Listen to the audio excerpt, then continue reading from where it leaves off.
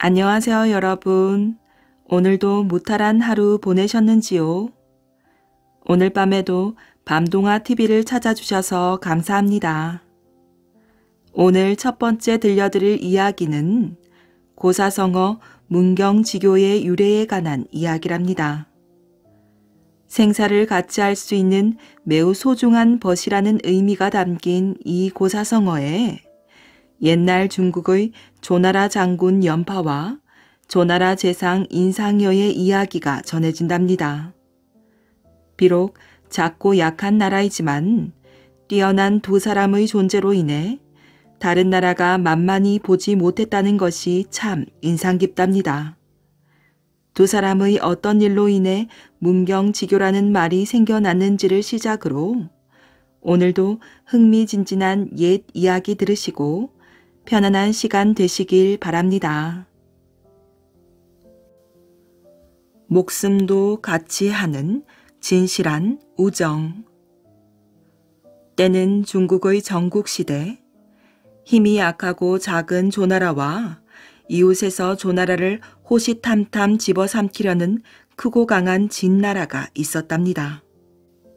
그런데 진나라도 조나라를 함부로 넘볼 수가 없었으니 그 조나라에는 바로 전쟁만 했다 하면 이기는 용감한 연파 장군과 지략이 뛰어난 인상여라는 재상이 있었기 때문이지요. 연파 장군님, 지금 인상여가 재상이 되었답니다. 진나라 소양왕을 톡톡히 망신을 주었기 때문이라네요. 인상여의 승진 소식에 연파 장군은 속이 부글부글 끓어올랐어요. 나는 싸움터를 누비며 성을 쳐서 빼앗고 뜰에서 척을 무찔러 공을 세웠다. 그런데 입 밖에 놀린 것이 없는 인상여 따위가 나보다 높은 자리라니. 그리고는 큰 소리로 외쳤답니다. 내 어찌 그런 놈 밑에 있을 수 있겠는가? 언제든 그 놈을 만나면 혼내주고 말 테다. 이 말을 전해 들은 인상여는 연파 장군을 슬슬 피했답니다. 아프다고 하면서 조정회의에도 빠졌고 저 멀리 연파가 보이면 옆길로 돌아가기까지 하였지요. 비겁해 보이는 인상여의 행동에 실망한 부하가 작별 인사를 하러 왔답니다. 그러자 인상여가 그에게 물었어요. 자네는 연파 장군과 진나라 소양왕 중에 어느 쪽이 더 두려운가? 그야 물론 소양왕이지요. 자네도 알다시피 나는 소양왕도 두렵지 않네. 많은 신하들 앞에서 소양왕을 망신 준 사람이야. 그런 내가 어찌 연파 장군을 두려워하겠는가? 생각해보게. 강국인 진나라가 우리 조나라를 쳐들어오지 않는 것은 연파 장군과 내가 버티고 있기 때문일세. 이 두 호랑이가 싸우면 결국 모두 죽게 되지. 그래서 나라의 안위를 생각해 연파 장군을 피하는 거라네. 이 말은 곧 연파 장군의 귀에도 들어갔어요. 연파 장군은 자신의 속 좁음과 어리석음을 부끄러워하였지요. 연파 장군은 곧 우통을 벗은 다음 형벌 도구를 목에 짊어지고 인상여를 찾아가 무릎을 꿇으면서 말했어요. 내가 미련하고 어리석어 대감의 높은 뜻을 미처 헤아리지 못했소. 어서 나에게 벌을 주시오. 하고 연파는 진심으로 사죄했어요. 인상여도 버선발로 섬돌 아래로 내려가 연파 장군을 일으켜 세웠지요. 그리하여 그날부터 두 사람은 문경지교를 맺었다고 한답니다. 이처럼 문경지교는 목을 베어줄 수 있을 정도로 절친한 사귐을 말하지요. 절친한 사귐이라는 면에서는 관포지교와 비슷하지만 굳이 차이를 둔다면 관포지교가 친구의 속사정 속마음까지 헤아리며 힘이 되어주는 우정이라면 문경지교는 죽음도 같이 할 수 있는 절실한 벗이라고 할 수 있답니다. 살아나다가 도로 죽은 사람. 옛날에 아주 용한 의원이 있었답니다. 어찌나 용한지 세상 없는 병도 이 의원이 지어주는 약만 먹으면 병이 씻은 듯이 나았지요. 그래서 환자들이 구름처럼 몰려들었어요. 또 의술을 배우겠다는 젊은이들이 문지방이 닳도록 드나들었답니다. 이 의원은 연구하고 또 연구해서 마침내 죽은 사람도 살려내는 약을 지었는데 그 비방은 누구한테도 가르쳐주지 않았지요.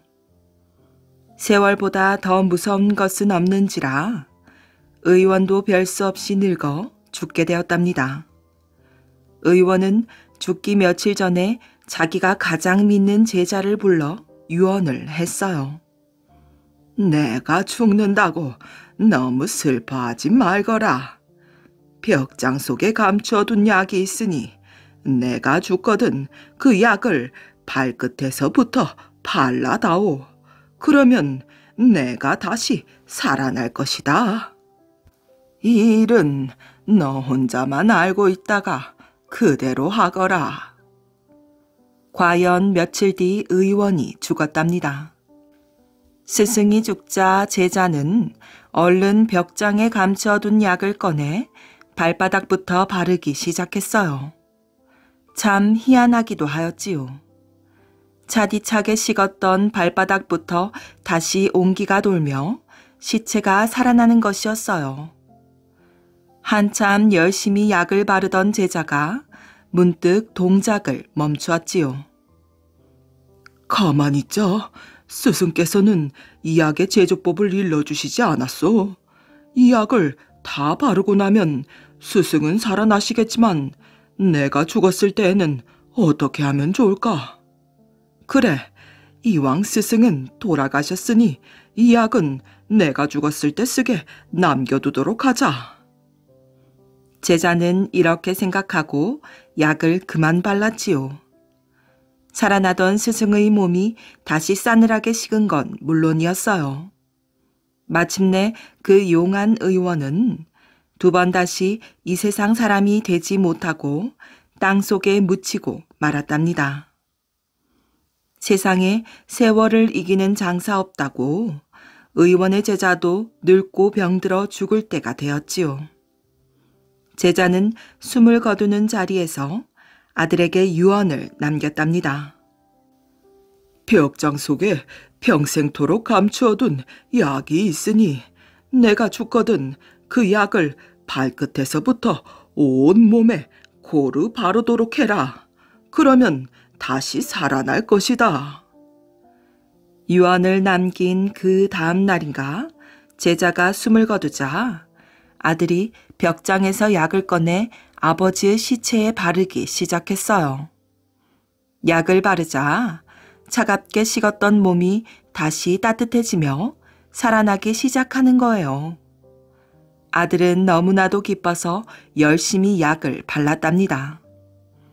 그런데 이제 배를 바르고 가슴까지 발라 올라가는데 앞불싸 약이 다 떨어지고 말았지 뭐예요. 이 일을 어쩌면 좋을까요? 가슴까지 살아서 벌떡벌떡 뛰던 제자의 몸은 더 이상 약을 바르지 못하자 이내 다시 싸늘하게 식어갔답니다. 착한 처녀와 고양이 집. 옛날 옛적 사람과 동물이 아직 같은 말을 쓰고 있을 때입니다. 어느 마을 외진 곳에 고양이들만 모여 사는 집이 한 채 있었답니다. 한결같이 통통하게 살이 오른 고양이들은 편안한 생활을 즐기고 있었지요. 어떻게 고양이들만 저렇게 편하게 생활할 수 있는 거지? 어떤 사람이 고개를 갸웃거리며 물었어요. 그러자 마을에서 가장 나이가 많은 할머니가 사연을 이야기해 주었지요. 옛날에 온 나라에 들쥐랑 생쥐가 엄청나게 늘어나서 마을에 먹을 것을 모조리 먹어치운 적이 있었다오. 사람들은 정말 그 쥐 때문에 어째야 좋을지 모를 지경이었어. 그때 그 무시무시한 쥐들로부터 이 나라를 구해준 것이 바로 고양이들이었다우. 그때의 공적을 생각해서 저렇게 고양이들을 행복하게 살게 해주고 있는 것이라오. 과연 고양이들의 집에는 일하는 사람까지 있었답니다. 고양이들은 자유롭게 살고 있었지만 음식을 만들거나 청소를 할 수 있을 만큼 영리하지는 못했으니까요. 그러나 고양이들의 마음에 쏙 들도록 집안일을 하는 것은 쉬운 일이 아니었어요.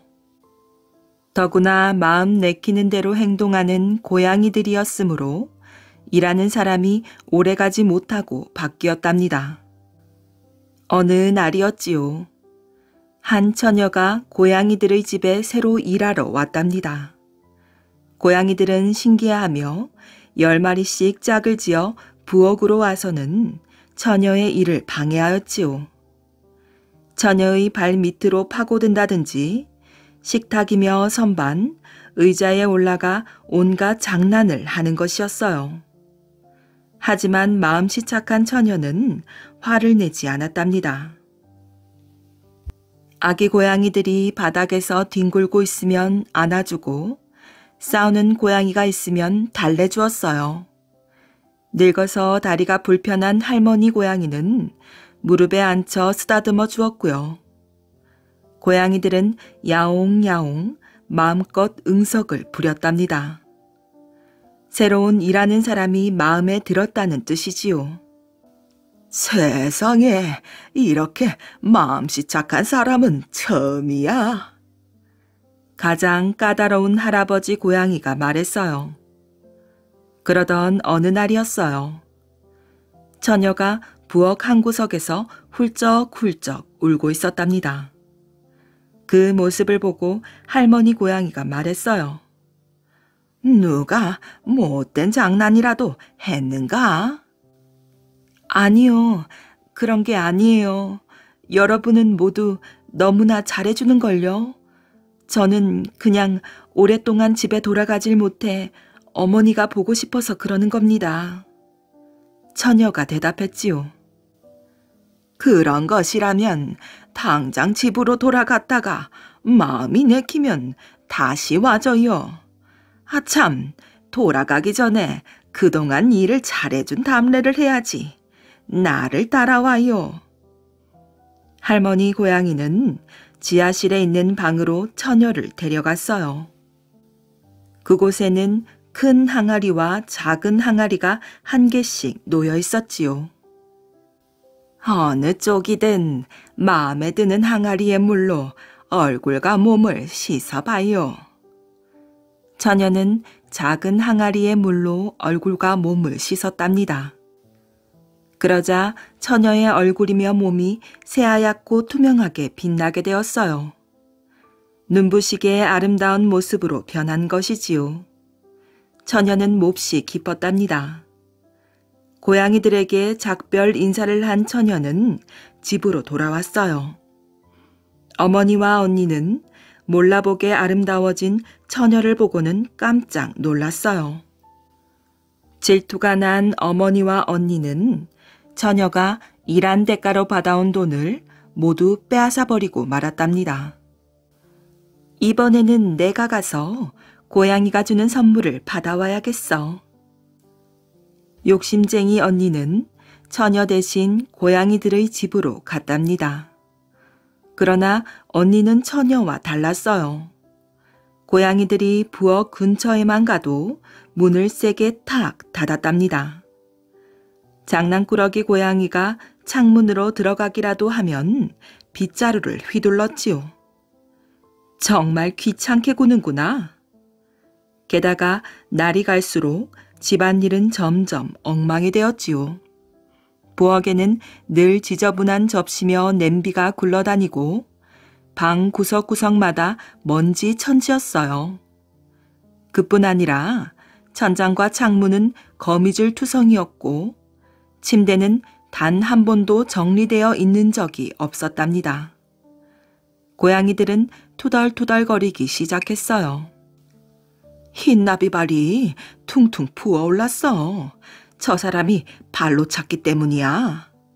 검은 나비에게는 의자를 던졌대. 얼룩나비의 아기 고양이들을 바구니에 넣어 다락방에 가둬두었대요. 그런 사람은 더 이상 참을 수가 없지. 할머니 고양이는 언니를 지하실에 있는 방으로 데리고 갔어요. 어느 쪽이든 마음에 드는 항아리에 물로 얼굴이며 손발을 씻어보시오. 할머니 고양이가 큰 항아리와 작은 항아리를 내놓았어요. 처녀에게서 이야기를 듣고 온 언니는 큰 항아리 쪽으로 갔답니다. 내가 더 예뻐질 거야. 언니는 큰 항아리의 물로 얼굴과 온몸을 씻었답니다. 아니, 이게 뭐야? 꺼림칙하고 끈적끈적한 물이 언니의 얼굴과 온몸으로 흘러내렸어요. 거울을 보니 더러운 기름과 찌꺼기로 얼굴과 온몸이 새까맣게 되어 있었답니다. 언니는 실망스럽기도 하고 화도 치밀어 올랐어요. 세상에, 난 몰라. 이걸 어쩌면 좋아. 언니는 아우성을 치며 집으로 돌아갔지요. 도중에 언니는 당나귀를 만났답니다. 그런데 그 당나귀 꼬리가 언니의 이마에 찰싹 붙어 떨어지지 않는 거예요. 언니는 집에 돌아오자마자 물을 끓여 얼굴을 씻었답니다. 다행히 기름과 찌꺼기는 떨어졌지요. 하지만 당나귀 꼬리는 떨어지지 않았어요. 다음 날 성의 왕자님이 숲에 사냥을 하러 왔다가 돌아가는 길에 처녀의 집 앞을 지나치게 되었답니다. 창문 너머로 방 안에서 바느질을 하고 있던 처녀의 모습을 본 왕자님은 감탄하였지요. 아니, 정말 아름다운 아가씨잖아. 왕자님은 당장 창가로 가서 부드러운 목소리로 말하였어요. 부디 나의 신부가 되어주시오.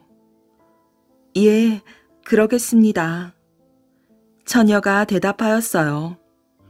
다음날 아침 일찍 왕자님은 신부를 맞으러 처녀의 집으로 왔답니다. 신부는 하얀 베일에 쌓여 있었지요. 그런데 이를 어쩌지요? 그것은 처녀가 아니라 언니였어요. 어머니가 처녀 대신 언니를 왕자님의 신부로 보낸 것이었어요. 왕자님은 그것도 모른 채 언니를 마차에 태우고 갔답니다. 마을을 거의 다 벗어날 때였어요. 어디선가 고양이 소리가 들려왔지요. 잘 살펴보니 한 외딴 집 창문에서 고양이들이 내다보며 노래를 부르고 있었답니다. 그런데 그 노래 가사를 가만히 들어보니 왕자님, 베일 속의 신부는 처녀가 아니랍니다. 이마의 꼬리를 보세요. 하는 것이었지요. 고양이들의 노랫소리를 들은 왕자님은 깜짝 놀랐어요. 왕자님은 얼른 신부의 베일을 걷어올렸지요. 정말로 신부의 이마에는 당나귀 꼬리가 붙어 있었답니다. 이런 거짓말쟁이 같으니라고? 화가 난 왕자님은 당장 처녀의 집으로 되돌아가 소리쳤어요. 아름다운 아가씨, 어디에 있나요? 처녀는 집 뒷곁에 갇혀 있었어요. 왕자님은 언니를 마차에서 내리게 하고 아름다운 처녀를 태우고 돌아갔어요. 이윽고 성에서는 성대한 결혼식이 열렸답니다. 결혼식장에는 고양이들의 모습도 보였답니다. 7대 독자를 살려준 집신장수.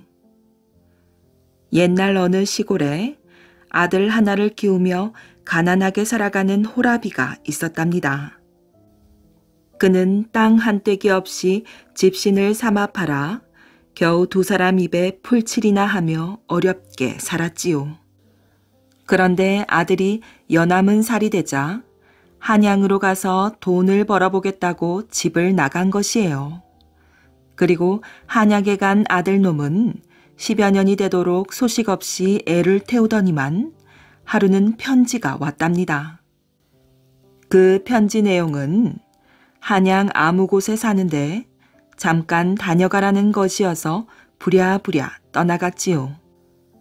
가서 보니 그간 고생고생하며 자리를 잡아 돈을 좀 번 모양이라 아들놈이 이렇게 말하는 것이었어요. 아버지, 제가 그동안 소식도 전하지 못해 죄송합니다. 이 돈을 가지고 가셔서 논이나 서마지기 사서 농사를 짓고 계십시오. 저는 여기에서 돈을 좀 더 벌어서 가겠습니다. 그러니 이 호라비 노인은 아들이 잘 있는 것만 해도 좋은데 난생 처음 논 서마지기를 장만하게 되었으니 뛸 듯이 기뻐 한시라도 빨리 땅을 사고 싶어 그 길로 떠났답니다.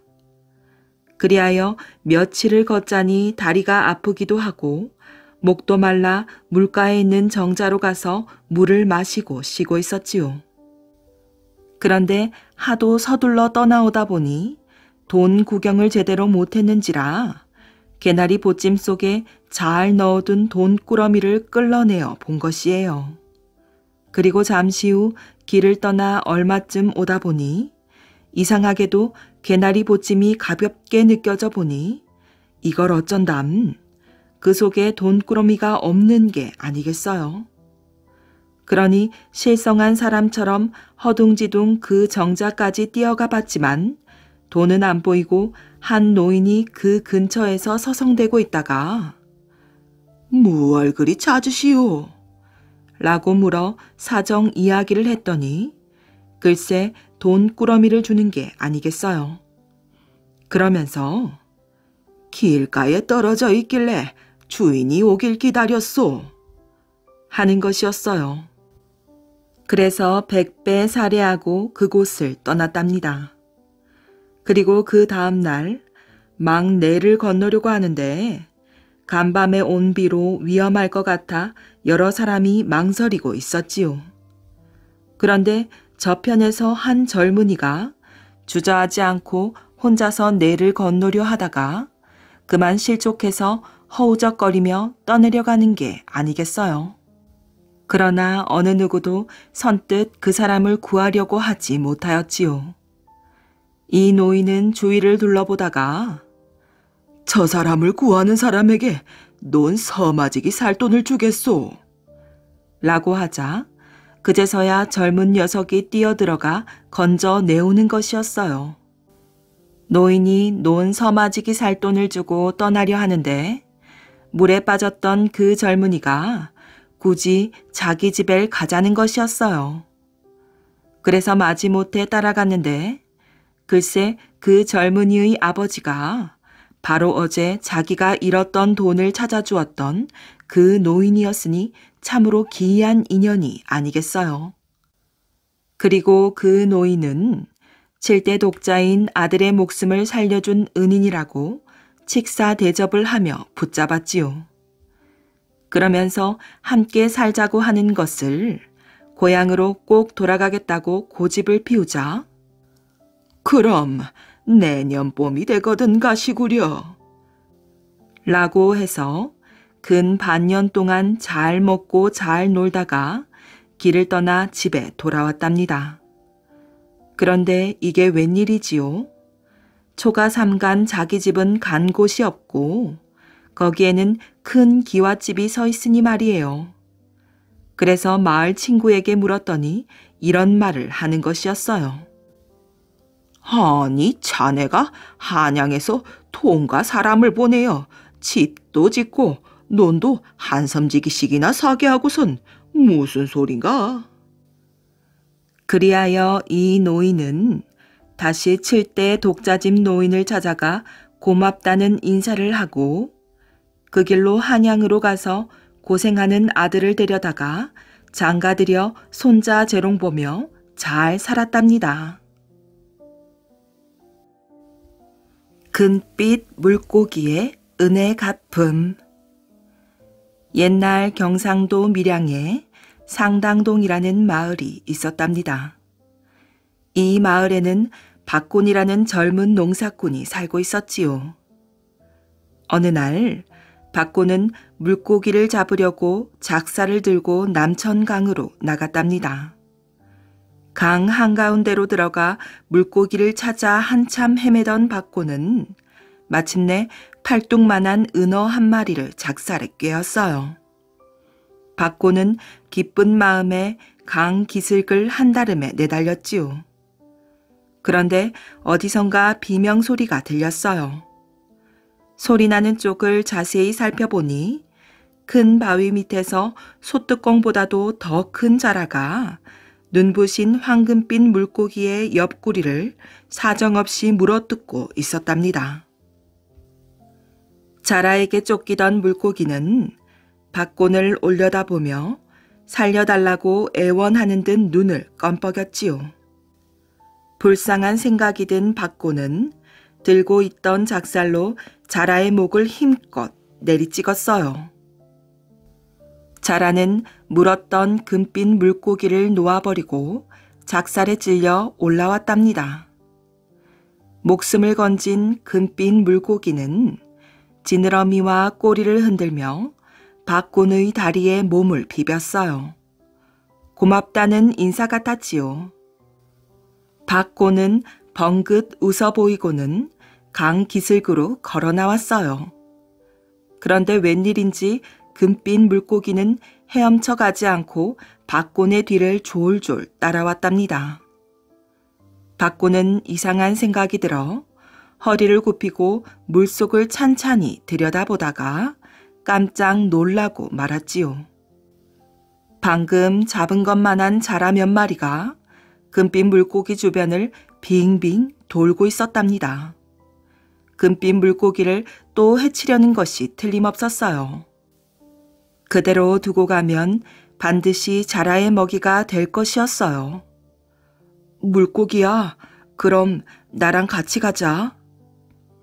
박곤은 금빛 물고기를 조심히 안아다가 집 앞에 있는 연못에 넣어주며 속삭였어요. 이제 자라에게 잡아먹힐 걱정은 안 해도 된단다. 물고기는 연못가를 떠나지 못하고 자꾸만 머리를 굽실거렸어요. 박곤은 물고기가 기특해서 어서 들어가라고 손짓을 해주었답니다. 물고기는 그제야 지느러미를 하늘으르 흔들며 연못 한가운데로 헤엄쳐 들어갔어요. 그런 일이 있은 다음 날부터 박곤이 연못가에 나타나기만 하면 그 물고기는 반갑게 앓은 체를 하였답니다. 그러던 어느 날 박곤은 이상한 꿈을 꾸었어요. 박곤이 연못가에 서 있는데 금빛 물고기가 애타게 부르는 것이었지요. 주인님, 주인님. 웬일인가 해서 박곤은 물고기한테 다가가 물었답니다. 금빛 물고기야, 왜 그러느냐? 서글픈 눈빛으로 박곤을 올려다보던 물고기는 목맨 소리로 말하였어요. 저는 주인님의 은혜를 평생 동안 잊을 수 없을 것입니다.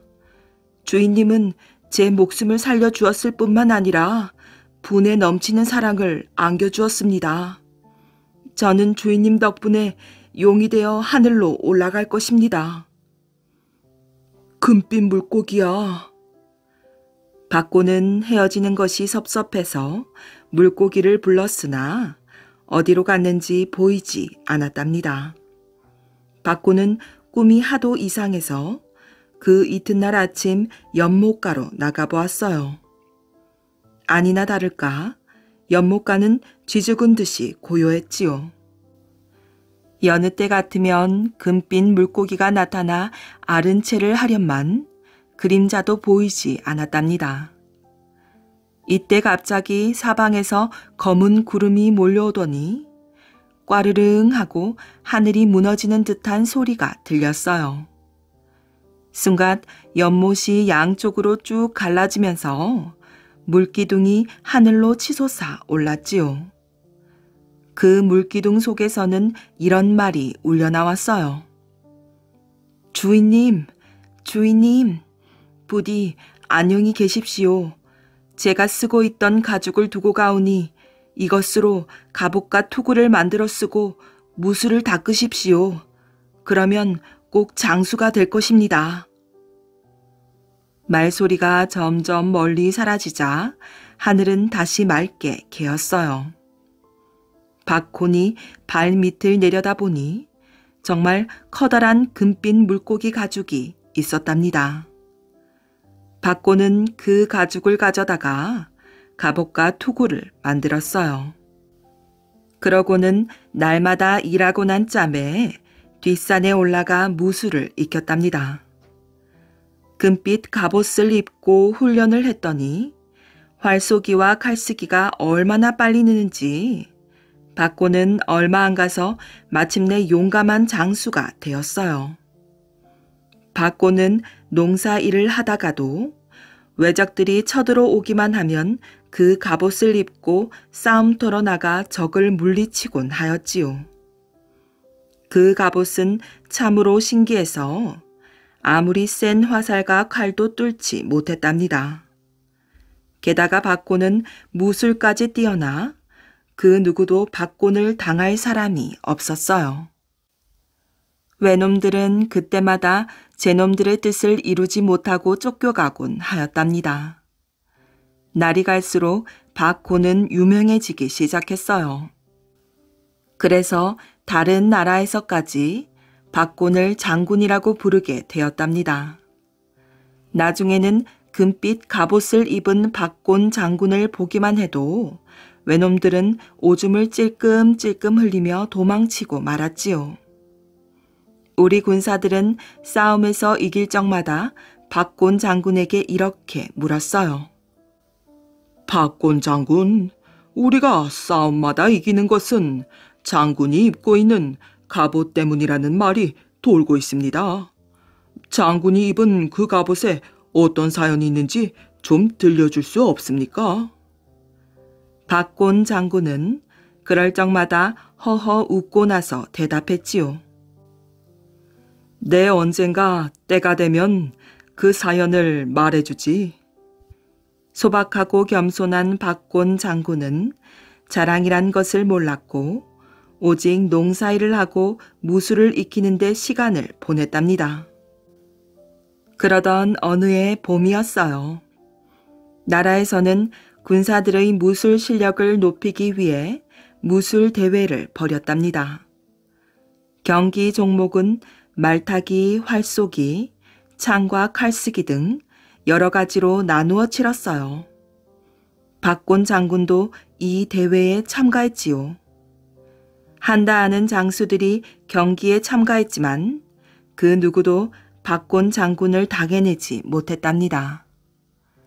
대회를 구경하던 왕도 박곤 장군의 무술에 감탄을 금치 못했어요. 박곤 장군, 그대의 무술은 소문을 들어서 알고 있었는데 직접 내 눈으로 보니 참으로 훌륭하다. 그대는 나라의 보배로다. 왕은 경기가 끝나자 박곤 장군에게 많은 상금을 주라고 하였답니다. 그러나 박곤 장군은 한마디로 거절하였어요. 나라를 위해 배운 무술이니 상금을 받을 수 없다는 것이었어요. 과연 박곤 장군은 마음도 아름답다니까. 사람들은 박곤 장군의 말을 듣고 칭찬을 아끼지 않았답니다. 그날 밤이었어요.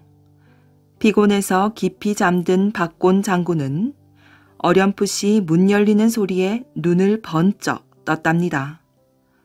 박곤 장군은 깜짝 놀랐어요. 시퍼런 칼을 든 웬 사람이 방 안에 들어와 우뚝 서 있었지요. 꼼짝 마라. 나는 니놈의 목을 잘라가려고 바다를 건너왔다. 오늘은 기어코 니놈에게 죽은 우리 군사들의 핏값을 톡톡히 바꿔야 말 것이다. 그놈은 이렇게 말하며 한 걸음 두 걸음 다가왔답니다. 알고 보니 오랑캐나라 밀정이었어요. 몇 차례나 쳐들어왔다가 수많은 군사만 잃고 도망간 오랑캐 놈들은 박곤 장군을 몰래 없애버릴 계책을 꾸몄던 것이지요. 어리석은 소리 말거라. 박곤 장군은 어느새 일어났는지 옆에 세워두었던 칼을 집어들고 밀정 앞에 바위처럼 마주섰지요.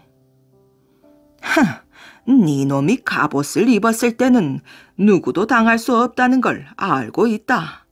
그러나 지금은 갑옷을 벗었으니 순순히 목을 내놓는 것이 좋을 것이다. 밀정은 이렇게 말하며 칼을 번쩍 쳐들었답니다. 이놈, 이 박곤을 아직 모르고 있구나. 당장 칼을 던지고 용서를 빌어라. 박곤 장군의 목소리는 집이 떠나갈 듯 하였답니다. 밀정도 쉽게 물러서지 않았어요. 이렇게 되어 그들 사이에는 칼싸움이 벌어졌지요. 쟁강쟁강 칼 부딪히는 소리가 울리고 앗 힘을 쓰는 소리가 밤 하늘에 울려 퍼졌어요. 바로 이때였어요. 하늘에서 꽈르릉 하고 우레가 울더니 시뻘건 불덩이가 땅으로 내려 꽂혔지요. 비명소리와 함께 새까맣게 탄 밀정의 몸뚱이가 대굴대굴 굴러갔답니다. 너무도 갑자기 일어난 일이라 박곤 장군은 어찌할 바를 모르고 멍하니 서 있었어요. 이때 낯익은 목소리가 하늘에서 울려왔지요. 주인님, 놀라지 마십시오. 금빛 물고기가 와서 은혜를 갚고 갑니다. 그제야 사연을 알게 된 박곤 장군은 목맨 소리로 말했답니다. 아니, 네가 위험한 순간에 나를 구해주었구나. 정말 고맙다. 내 너를 영원히 잊지 않도록 하마. 이리하여 박곤 장군은 목숨을 건졌답니다. 그 뒤 박곤 장군은 외놈들과의 싸움에서 목숨을 아끼지 않고 더욱 용맹을 떨쳤어요. 경상남도 밀양에 가면 물고기 가죽으로 갑옷을 만들어 입었다고 하여 어변당이라고 하는 자그마한 집이 있답니다. 이곳이 바로 외적들과의 싸움에서 이름을 날린 박곤 장군의 집터라고 한답니다. 시흥 피 흘린 고개. 경기도 시흥군 수안면 조남리 묘제만에서 생곡말로 넘어가는 고개를 피 흘린 고개라고 부른답니다. 임진왜란 때 방어군 총지휘관인 신립장군의 휘하 부대가 삼천 병마골이라는 곳에 진을 치고 적의 동정을 살피고 있었지요. 왜군들도 피 흘린 고개에 진을 치고 대치하고 있었는데 쌍방이 서로 적정을 살피면서 공격 준비를 하고 있었던 것이에요. 그러나 칠흑 같은 어둠이라 적정을 알아볼 수가 없었지요. 이때 삼천 병마골에 진을 친 신립장군은 적의 동태를 살필 궁리를 하고 있었지만 묘안이 나오지 않았답니다. 그러자 한 군사의 아내가 자진하여 신립장군 앞에 나서서 말하였어요. 장군님, 제가 한번 적정을 살펴보겠습니다. 묘안이 떠오르지 않던 장군은 반가워하면서도 나선 인물이 남자가 아니고 여자임에 놀랐어요. 아니, 너는 여자가 아니더냐? 무슨 묘안이 있다는 말이냐? 어서 말하여 보거라. 적진을 공격하려면 적군들이 잠자고 있는 틈을 이용하여 공격하는 것이 제일 상책이 아니옵니까? 물론 그렇지. 그러나 그것을 어떻게 알 수 있단 말이냐? 저에게 꾀가 있습니다. 제가 단신으로 가서 이렇게 외치겠습니다. 자다 귀야, 자다 귀야 하는 소리가 계속 들려오면 저쪽 병사들이 모두 잠들었다는 것으로 아시고 군사들을 이끌고 쳐들어오십시오. 그러나 자다 귀야가 아니고 더 자 귀야 하는 소리가 들려오거든 그대로 이 자리에서 지키십시오. 신립 장군이 말할 사이도 없이 그녀는 뒤도 돌아보지 않고 쏜살같이 적들이 진을 치고 있는 곳을 향하여 달려갔어요. 그녀는 적진 깊숙이 들어갔다고 생각되었을 때 그곳 병사들이 알아들을 수 있도록 큰 소리로 외쳐댔어요. 자다 귀야, 더 자 귀야, 자다 귀야, 더 자 귀야. 한두 번 되풀이하여 큰 소리를 질렀을 때 왜군 병사가 나타나서 그 여인을 붙잡았어요. 어디 사는 사람인데 이 밤중에 누구를 찾소? 여인은 태연하게 이렇게 대답하였어요. 사실은 아들 형제가 있습니다. 큰 놈 이름은 자다귀요. 둘째 놈은 더자귀인데 두 놈이 다 전쟁터에 끌려가 생사를 알 수가 없습니다. 그래서 저 삼천 병막골 진터에 가서 찾아도 아들놈이 없어서 이번엔 여기에 와 찾는 것입니다. 자다귀야, 더자귀야. 여인은 악을 쓰며 큰 소리를 질렀답니다. 이렇게 되자 그 왜군 병사는 부인의 입을 막았지요. 이것 보시오. 모두들 피곤해서 자고 있는데 소리치지 마시오. 우리 군사 중엔 그런 이름을 가진 사람이 없소이다. 어서 저리 가시오. 나도 좀 잠을 잡시다.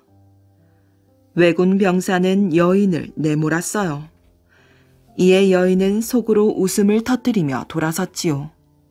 그러더니 더 큰 소리로 외쳤답니다. 자다귀야, 자다귀야, 자다귀야. 이번엔 큰아들 이름이라던 자다귀만 계속 외쳐댔어요. 이윽고 그녀가 외치는 소리가 신립 장군이 진을 친 삼천 병막골까지 들렸답니다. 그래서 신립 장군의 군사들은 일제히 기습을 감행하여 이 고개의 왜적들을 아주 쉽게 섬멸해 버릴 수가 있었던 것이지요. 이 싸움에서 얼마나 많은 적을 죽였는지 그때 흘린 피가 고갯마루에서 냇물을 이루어 흘러내렸다고 한답니다. 그 후로 이 고개 이름을 피 흘린 고개라 부르게 되었답니다.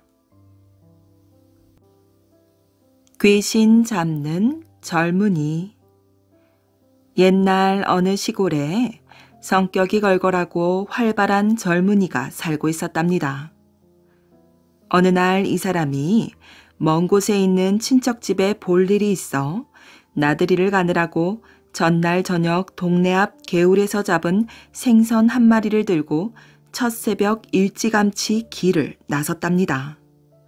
아직 채 밝지 않은 이른 아침에 어느 산고개를 혼자서 터벅터벅 넘어가고 있노라니 길 옆에서 무엇인지 푸드덕푸드덕 하는 소리가 났답니다. 머리가 쭈삣하여 얼른 걸음을 멈추고 가만히 소리나는 곳을 살펴보니 거기에는 누가 새를 잡는 그물을 쳐놓았는데 그 그물에 커다란 꿩 한 마리가 걸려 푸드덕거리고 있는 것이 아니겠어요. 그래서 이 젊은이는 오호라, 이것 봐라. 하고는 곧 그물에서 꿩을 떼어 가진 후 대신 들고 가던 생선을 그물에다 걸쳐 놓았지요. 꿩 대신 생선이라도 그물 임자가 가지라고 생각한 것이었어요. 젊은이가 꿩을 들고 간 후 조금 있다 날이 다 밝자 그물 임자가 무엇이 걸렸나 하고 그물 쳐놓은 산골짜기로 올라왔답니다. 와서 보니 괴상하게도 걸리라는 새는 안 걸리고 난데없이 산속에서는 구경도 할 수 없는 생선 한 마리가 걸려있는 것이었지요. 그물에 생선이 걸리다니 이 괴상한 일에 그물 임자는 그만 겁이 덜어 났답니다. 아니, 이건 도깨비의 장난이 아닌가? 이런 생각이 들자 그는 홍겁을 해서 한달음에 동네로 곤두박질을 해 돌아왔지요. 그리고는 큰일 났습니다. 도깨비가 나왔습니다. 하고 만나는 사람들마다 왁작 떠들어댔어요. 동네 사람들도 이 괴상한 사변에 모두 눈이 휘둥그레졌지요. 그리고 저마다 무서운 귀신의 장난이라고 하면서 서로들 수근수근 의논이 분분하였어요.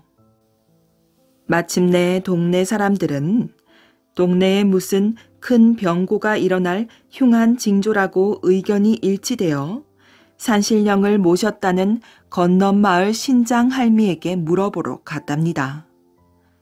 신장 할미는 동네 사람들의 이야기를 자세히 듣더니 신령님에게 여쭈어 본다고 달랑달랑 방울을 흔들면서 울긋불긋한 조그만 부채를 향하여 한참 동안 무엇인가 중얼거렸어요.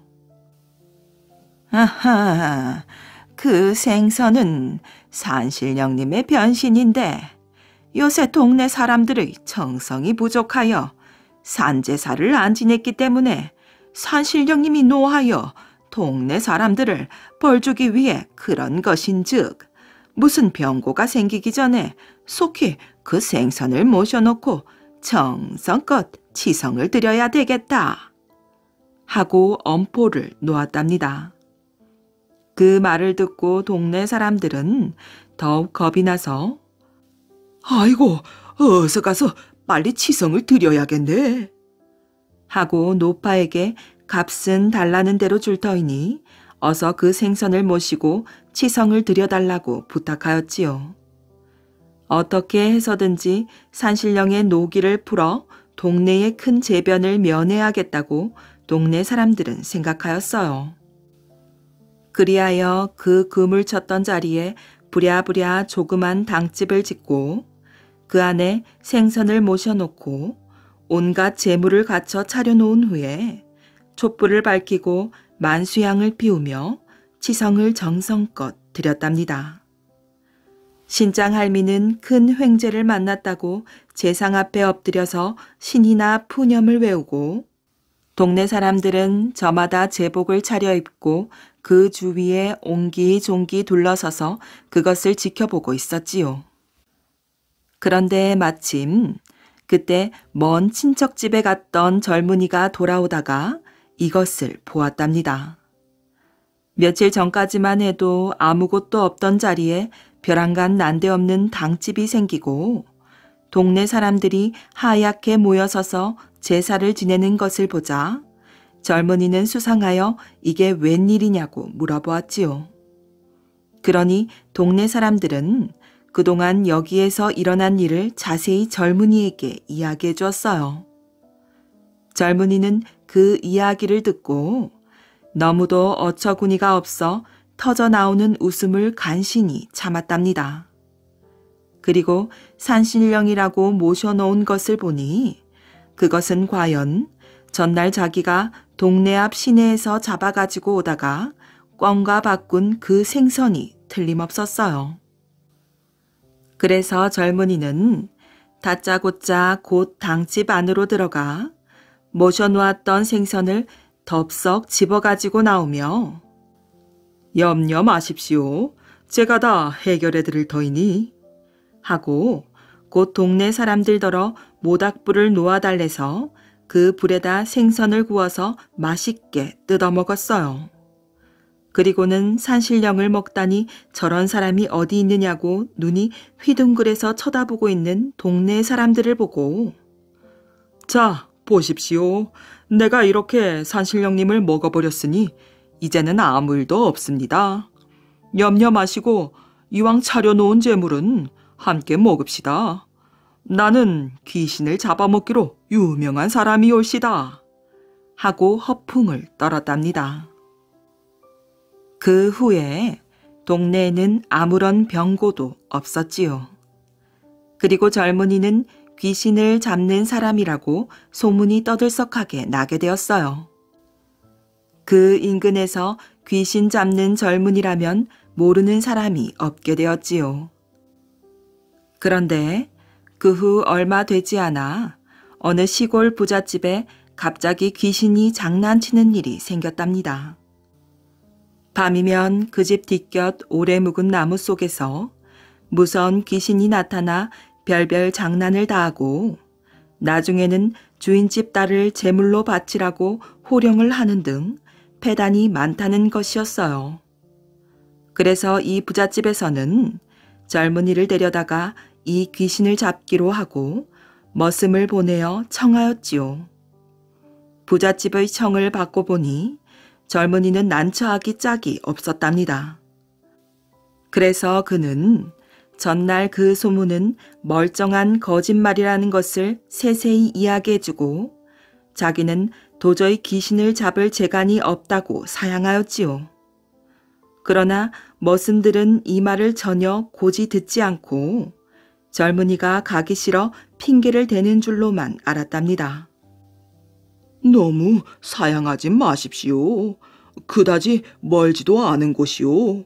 또 귀신만 잡아주신다면 주인께서도 사례를 많이 할 터이니 제발 함께 가주십시오. 만일 정 안 가신다면 저희가 억지로라도 모셔가겠습니다. 하고 정말 잡아 끌고라도 갈 듯이 바짝 졸라댔어요. 젊은이는 진땀이 나도록 한사코 변명을 해보았으나 부잣집 하인들이 부득부득 권하는 바람에 할 수 없이 부잣집으로 끌려가게 되었답니다. 부잣집에서는 주인을 비롯하여 온 집안이 통틀어 나와 젊은이를 맞이하며 대접을 극진히하고 제발 귀신을 꼭 잡아달라고 10,000번 부탁을 하는 것이었어요. 젊은이는 에라 이왕 온 바에야 어디 돼가는 꼴이나 보리라 마음을 대담하게 먹고 내 힘껏 해보겠으니 염려 말라고 좋은 말로 대꾸를 하고 차려온 음식을 우선 배가 불룩하도록 먹었답니다. 밤이 되어 귀신이 나타날 때가 되자 집안 사람들은 모두 방으로 들어가 문을 꽁꽁 닫고 엎드려 있고 주인은 젊은이를 안내하여 뒷곁 우중충한 오래된 나무 아래로 데리고 갔어요.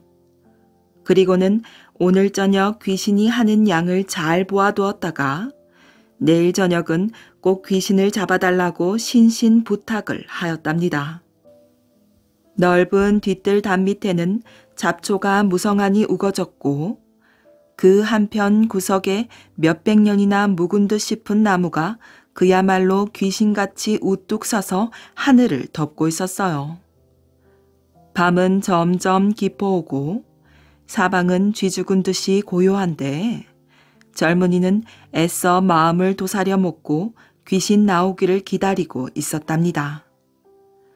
어지간하더니 과연 캄캄한 나무 밑에서 똑딱똑딱 괴상한 소리가 나며 나무 중턱에서 파란 불이 보이기 시작했어요. 젊은이는 그만 머리카락이 하늘로 곤두섰지요.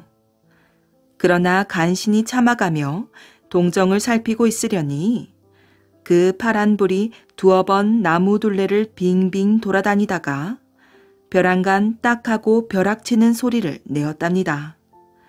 그러더니 곧 무서운 소리로 호령을 내리기 시작했어요. 무지한 인간놈이 어떻게 천벌을 받으려고 내 명령을 시행치 않느냐.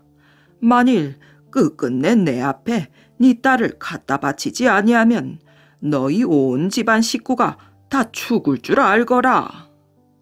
그리고는 다시 파란 불이 빙글빙글 돌아다녔어요. 젊은이는 귀신이 곧장 자기에게로 달려들지나 않는가 싶어 간이 콩알만해 있었지요. 이윽고 귀신은 다시 내가 오늘은 한번 용서해 주지만은 내일 밤에도 끝끝내 내 말대로 시행하지 아니하면 다시는 용서치 않으리라. 하는 뒷말을 남기고는 이내 소리도 불도 사라져 없어지고 말았어요. 젊은이는 숨을 돌려 사랑방으로 들어와 문을 꼭꼭 닫고 드러누웠지요. 그러나 앞으로 귀신을 잡아낼 일이 난처하여 밤새도록 한잠도 못 이루고 긴 밤을 뜬 눈으로 꼬박 새우고 말았답니다. 이튿날 아침에 주인이 와서 어젯밤 구경을 하셨으니 오늘 밤에는 꼭 그 귀신을 잡아주시오. 날마다 밤중이면 언제나 그 야단이니 사람이 살 수가 있습니까? 우리 집안을 모두 살려주시는 셈치고 오늘 밤엔 꼭 귀신을 잡아주십시오. 사례는 내 얼마든지 하겠습니다. 하고 다시 간곡히 부탁하였어요.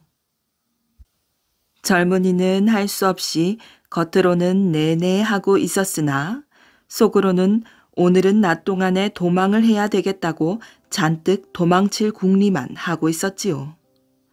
그러자 마침 조반상이 나오고 그 뒤로 머슴 하나가 큰 접시에 생선 조린 것을 담아들고 나왔답니다. 그런데 그 생선이 지난번 자기가 잡아가지고 가다가 꿩과 바꾸어 놓아서 귀신 소동을 일으켰던 그 생선과 같은 것이었어요. 그 생각이나 젊은이는 생선을 받아 놓으며 아휴, 이놈이 귀신 노릇하던 그 놈이구나 하고 중얼거렸지요. 그런데 이 말을 들은 머슴이 웬일인지 갑자기 얼굴이 하얘졌어요. 그리고 온몸을 부들부들 떨면서 젊은이의 앞에 넙죽 엎드리더니 그저 죽을 죄로 잘못하였으니 목숨만 살려주십시오. 하고 비는 것이었지요. 이것을 보고 젊은이는 옳지, 이놈이 반드시 곡절이 있는 놈이로구나. 이렇게 생각하고 짐짓 언성을 높여 그럼 너의 목숨을 살려줄 것이니 일일이 다 말하여 보거라. 하고 호령을 하였답니다. 그랬더니 그 머슴은 네, 누구 앞이라고 감히 조금인들 속이겠습니까? 자세한 말씀을 드리겠사오니 널리 생각해 주시옵소서. 하고 자기가 귀신 노름하게 된 내력을 자세히 이야기하였어요. 그 머슴은 원래 거기서 얼마 멀지 않은 마을의 어떤 가난한 농사꾼의 아들로서 나이 어렸을 적부터 이 부잣집에 들어와 머슴을 살았답니다. 그런데 처음 머슴으로 들어올 적에 품삯을 받기로 하고 들어온 것이 아니라 3년 동안 일을 잘하면 그 부잣집 딸에게 장가를 들기로 하고 들어왔던 것이었어요. 그러나 워낙 흉측스러운 이 주인은 이 약속을 지키지 않고 한 해 더 한 해 더 하고 연방 날짜를 늘리면서 이제는 이 집에서 머슴을 산 지 10년이 넘고 딸도 나이가 찼건만 영 결혼을 시켜줄 생각을 안 할 뿐만 아니라 요즘은 도리어 그 머슴의 색시될 딸을 다른 데로 시집 보낼 궁리를 하고 있다는 것이었지요. 그래서 이 머슴은 분함을 이기지 못하여 궁리궁리 하던 끝에 그와 같이 귀신 노름을 꾸민 것이었어요. 그런데 이번 귀신을 잡으러 온 손님이 전날 밤 귀신과 맞서보고 어떤 태도를 가지는가 기백을 엿보려고 일부러 생선 조린 것을 들고 나왔다가 젊은이가 생선을 보고 한 말을 도둑이 제발 저린다는 격으로 자기 보고 이야기한 줄로만 알고 질겁을 해서 그렇게 자복을 한 것이었답니다. 머슴의 사정을 듣고 보니 젊은이는 주인의 행동이 괘씸하기 짝이 없었어요. 그래 이 주인을 어떻게 하면 정신을 들게 하고 젊은 머슴의 소원을 이뤄줄까 하고 잠깐 계교를 생각하다가 곧 주인을 불렀답니다.